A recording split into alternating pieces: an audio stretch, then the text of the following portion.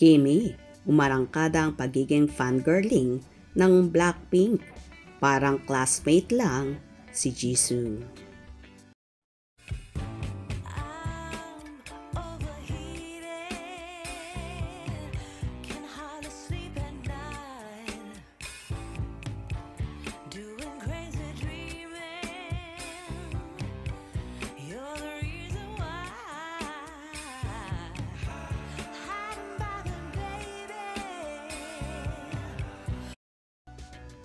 Kabilang si Kim Chu sa nag-comment sa appreciation post ni Jisoo ng Blackpink sa nakaraan nilang Deadline World Tour concert sa Philippine Arena last week.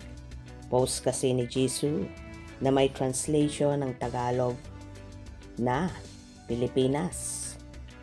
Para talaga akong bumalik sa kabataan ko. Ang dami kong tawa at sobrang saya ko. Hindi ko malilimutan ang pink wave nyo. Maraming salamat sa pagbibigay sa amin ng napakagandang alaala. Mahal ko kayo. Sabi ni Kim, Jisoo, na para bang classmate mo lang siya nung kinder.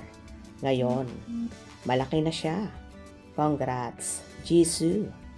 Aliw si Jisoo sa fans na nagpa-blow up ng photo niya noong baby siya na itinuturo niya sa audience. Niyanig kasi talaga ng Blackpink ang Philippine Arena last week kung saan umabot daw sa 100,000 ang nanood.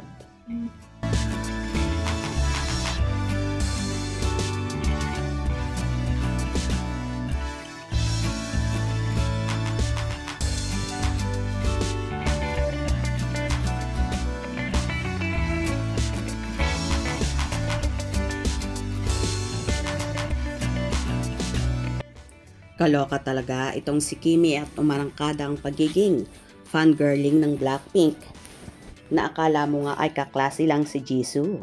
Hindi man nakapanood si Chinita Princess ng concert ng kanyang K-pop group dito sa bansa.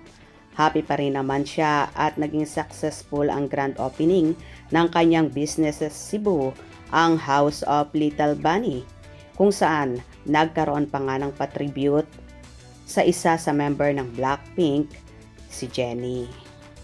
I'm gonna miss you. I'm gonna miss your performance, but as a Chinese person, business is life. This is my tribute for you, Blackpink. Blackpink in your area. A. Jennie. Ooh, you gotta rock like Jennie. Blackpink like Jennie. In Cebu. Thank you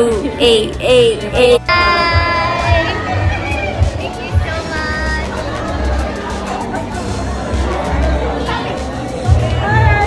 Thank you.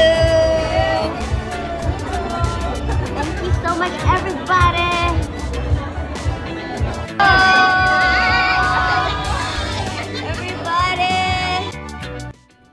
Anyway, malimit ngang ginagaya ni Chinita Princess ang kanyang idol na si Jennie sa pananamit, kaya naman sabi ng ibang fanay na pwedeng-pwede na raw maging member si Kim ng Blackpink dahil carry niya ang mga outfitan ng nasabing K-pop group. Hope you enjoyed. Please subscribe for more info.